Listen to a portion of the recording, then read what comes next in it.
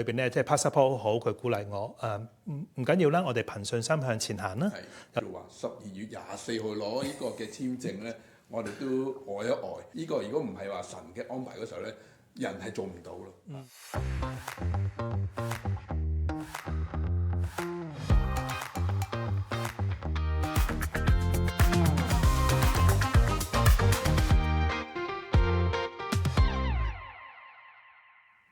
各位好，歡迎嚟到高國林宣道會 Nighthawk Media 嘅我哋呢個嘅博客聊天室。今日我係你哋嘅主持 Raymond Kwok 郭鴻輝。過去嗰半年裏邊咧，高國林宣道會好高興，我哋有2位新嘅同工咧加入咗嚇。一個就係我哋嘅青年事工嘅同工啦 ，Pastor Adam 啦。另一位咧就係今日我哋嘅訪問嘉賓嚇。我哋粵語堂嘅新嘅呢個傳道 Pastor Andrew 陸景堂傳道。歡迎你 ，Pastor Andrew。Hello Raymond。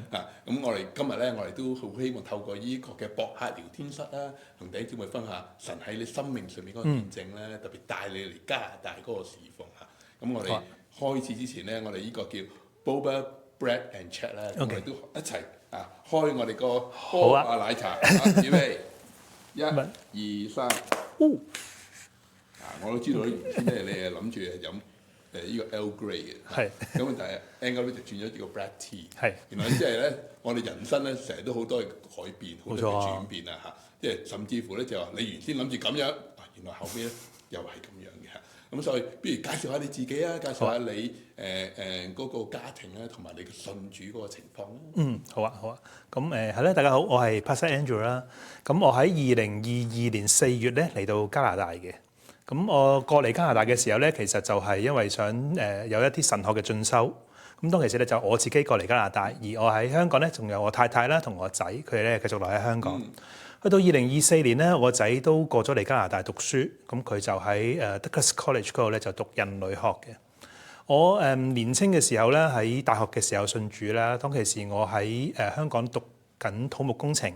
咁大學畢業之後咧，就即係出嚟社會做事，咁喺一個交通工程顧問裏邊咧做咗9年嘅交通工程師，直至到我仔出世，因為佢有一啲先天性嘅疾病啦，所以當其時我同太太咧都即係經過禱告啦，咁就決定都需要全時間去照顧呢個小朋友。咁當其時我就決定辭職，就全時間去照顧佢啦。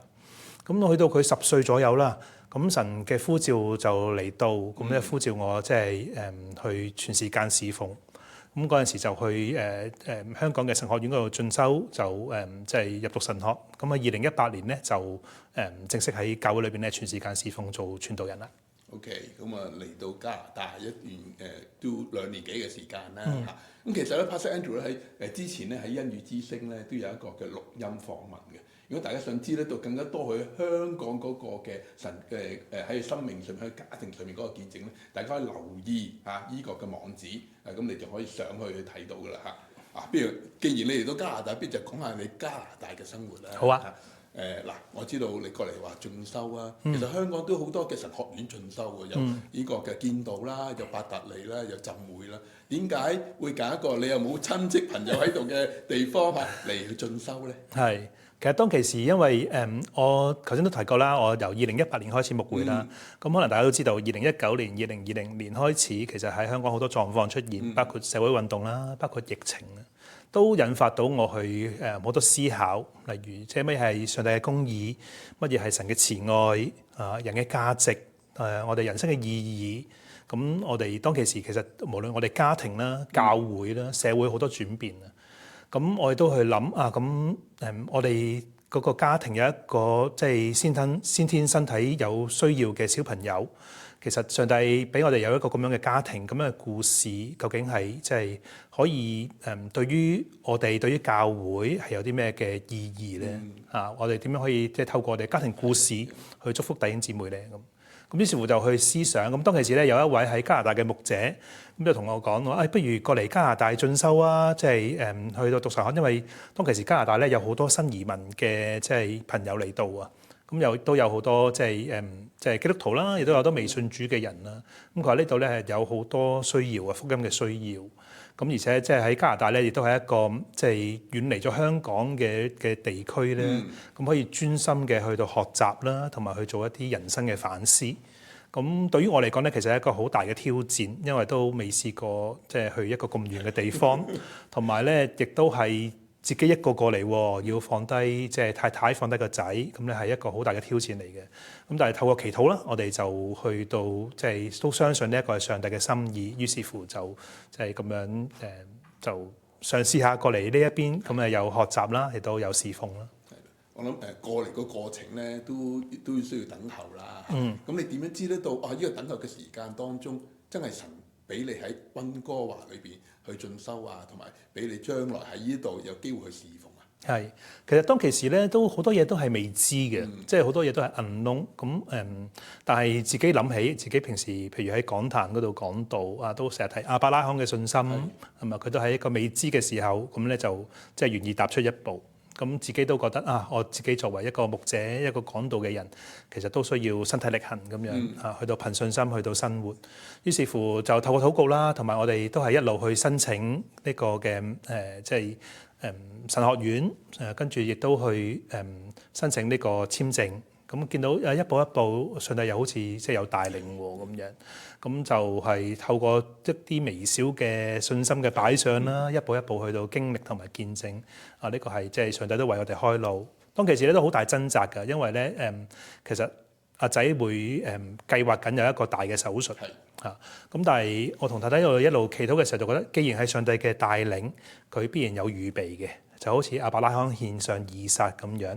耶和華以勒，佢必然會看見同埋必然會預備，所以我哋就係咁樣去一步一步嘗試，就咁樣走到過嚟加拿大。咁啊回應神嗰個嘅 calling 啦，個呼召啦，個召命咁樣嚟到加拿大。我知道最初你係諗住嚟讀書噶嘛，點解後尾又會嚟到呢度轉咗去服侍嘅咧？係，其實好得意嘅，因為初初過嚟嘅時候咧，我就去即係申請一個叫做教學博士嘅課程啦。咁上完堂之後，其實都開始去到寫作論文。咁當其時咧，因為我嘅寫作論文嘅題目其實有一個比較複雜。當我去到第二年啦，就發現原來我研究嘅進度咧趕唔切咧喺3年之內完成嘅。咁而咁啱咧，我嘅指導老師咧，佢亦都因為任期完滿，佢就離開咗。咁我哋揾唔到一個新嘅華人嘅指導老師。咁我同神學院一路商量嘅時候，就發覺如果個論文唔能夠即係完成嘅話咧，咁好唔好就即係暫停啦？於是乎我就決定咁就不如放低個論文，唔再繼續寫落去啦。咁放低論文之後，咁因為我係一個學生嘅身份過嚟加拿大噶嘛，咁點算咧？咁剛才都提到我仔咧2024年過咗嚟，其實嗰陣時咧我哋一齊生活緊。咁我都諗如果我唔讀書，咁可能我就要返香港繼續我嘅侍奉啦。咁但係我又好想喺即係加拿大陪住阿仔喎，因為佢身體上咧有特殊需要啊。佢過嚟嘅頭一年已經有2次去咗急症室，所以我哋都求即係上帝咁我哋可以點樣去做咧？下一步係點？繼續喺一個唔知裏邊去到求問上帝咯。咁就好奇妙，上帝就即係帶領到我認識到 Pastor Paul，亦都知道咧高宣即係有一個即係牧職嘅即係嘅崗位有需要，於是咧就即係慢慢同高宣就開始咗呢一個關係啦。我諗你申請呢個嘅工作簽證咧，都係一個好特別嘅神嘅安排，因為我都係一個嘅聘務委員會當中一個成員啦。咁我都知道成個過程，其實都俾我哋好多嘅即係睇見神嗰個帶領，因為由冇變有嗰個情況好唔同。不如你同我哋分享下你嗰個過程當中有啲乜嘢嘅你睇見神即係當中一路咁帶領你嚟到高宣去做一個嘅粵語堂嗰個傳道。係。最初嚟到嘅時候咧，咁好感恩咧，過到嚟同即係牧者啦、長執啦一齊去到會面，咁嗰個會面嘅過程都好順利嘅。咁但係咧下一步咧，因為喺加拿大牧會咧係需要，尤其是宣道會咧係需要宣道會嘅一個認證啊，一個牧職嘅認證，所以我就要去到申請向到加拿大宣道會區會咧去申請呢一個牧職認證。咁一般嘅過程咧，其實可能都要3-4個月。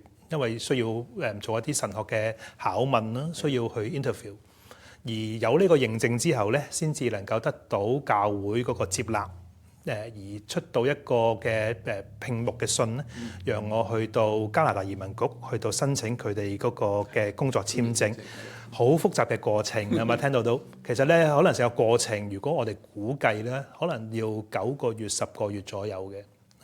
咁但係喺呢個過程裏邊咧，即係 Pastor Paul 好，佢鼓勵我唔緊要啦，我哋憑信心向前行啦，又睇下上帝嘅工作係點。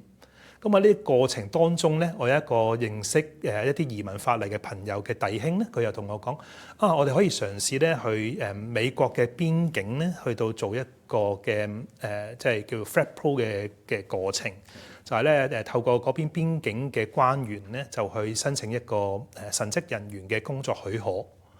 咁我話咁得唔得㗎咁樣？咁佢話咧，其實咧有可能唔得㗎，因為咧都要視乎關員嗰個嘅安排，佢咧都有權即係唔審批你㗎咁樣。咁但係咧，我哋就覺得既然上帝都帶到我哋嚟一步啦，咁所以就去試下啦。咁喺2025年嘅12月24號，啱啱係平安夜嗰日嘅日頭啦，咁就各位弟兄就同埋我就即係一齊坐車去到呢個加拿大美國嘅邊境嗰度。咁咧用咗大概3個鐘頭嘅時間咧，就完成咗整個申請。我覺得完全係上帝嘅恩典，係啦，亦都好多謝我相信係弟兄姊妹，即係都有好多嘅禱告，好多嘅協助，多底下咧先至能夠即係過程咁順利咯。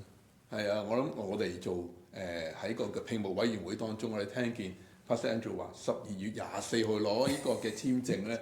我哋都呆一呆，因為聖誕節個個都係有一個嘅所謂嘅假期嘅心情啊。點解會喺嗰度去申請咧？咁同埋又唔知道，因為Pastor Andrew 係冇美國簽證嘅，佢係闖緊美國關，贏美國關俾佢翻過嚟咁樣。我哋覺得哇，神真係好，即係安排得好順利。呢個如果唔係話神嘅安排嗰時候咧，人係做唔到咯。所以即係好感恩神又帶到你嚟高宣啦。好啦，咁嚟到高宣，我諗都有3個月嘅時間啦。係啊。咁你覺得高宣點啊？我好開心喎！嚟到高宣咧認識教會咧，覺得即係教會好融洽啦。佢係對教會好有愛嘅弟兄姊妹，亦都對牧者好有愛啊！並且咧即係喺高宣裏邊咧見到教會好關心宣教事工啊，無論係長宣啦、短宣啦、佈道啦、植堂啦，喺唔同嘅事工裏邊咧都好即係熱切去到遵行大使命，將人帶到去上帝嘅面前。咁係一個即係我覺得係一個好火熱、好熱心嘅教會。並且高宣咧又有即係粵語嘅弟兄姊妹啦，有國語嘅弟兄姊妹啦，有即係多文化嘅弟兄姊妹啦。喺唔同嘅群體裏邊咧，其實即係好融洽，去到即係個大家庭咁樣彼此相愛，即係好似即係聖經教導我哋咁樣啊，即係竭力保守聖靈所賜合而為一嘅心。所以咧好欣賞呢個教會。好，咁啊希望即係你嚟緊呢段時間咧，可能喺高宣裏邊都好多唔同嘅參與啦。不如分享下你有啲咩大計咧？大計就唔講得。咁喺呢段時間裏邊啦，我都盼望繼續落去咧，都係能夠喺唔同嘅小組啦、團契裏邊繼續多啲參與、認識弟兄姊妹。因為我覺得咧，每個弟兄姊妹嘅生命咧，其實都有好多上帝嘅恩典同埋祝福啦。透過咁樣彼此認識同埋分享，就讓我哋更加見證到上帝嗰個真實。咁與此同時啦，我自己咧都好想盼望可以幫助弟兄姊妹更加熱愛聖經啦。透過可能一齊讀經、一齊分享，我哋能夠有更多嘅彼此結連，亦都同上帝有一個更緊密嘅關係，亦都幫助我哋能夠將來出去傳福音嘅時候，能夠更加整理我哋嘅信仰，好好嘅去到同人分享。咁我個人裏邊啦，因為過往幾年其實都喺神學院有一啲嘅學習，都盼望咧可以整理到嗰啲學習嘅內容啦，喺一個即係彼此包容接納嘅課題上面咧，去到幫助弟兄姊妹咧有更多嘅反思。咁啊，希望未來呢一年可以完成到啦。係非常好啊！咁我哋都多咗認識啊 Pastor Andrew 啦，因為新嘅同工嚟到嗰時候咧，我哋實在需要弟兄姊妹咧互相去彼此去支持啦、代禱啦，同埋去互相去點樣去互相去分工啦，令到神嘅事工、神嘅家裏邊咧係有足夠嗰個嘅供應咧。好多謝 Pastor Andrew 啦嚇。咁弟兄姊妹，如果想繼續知得到更多嘅呢個我哋呢個 Lighthouse Media， 我哋呢個嘅博客聊天室裏邊嘅新資料嗰時候咧，請大家記住喺上我哋教會嘅網址去登記啦，亦都可以下邊嗰個嘅社交平台裏邊咧互相去登記去攞最新嘅資料嘅。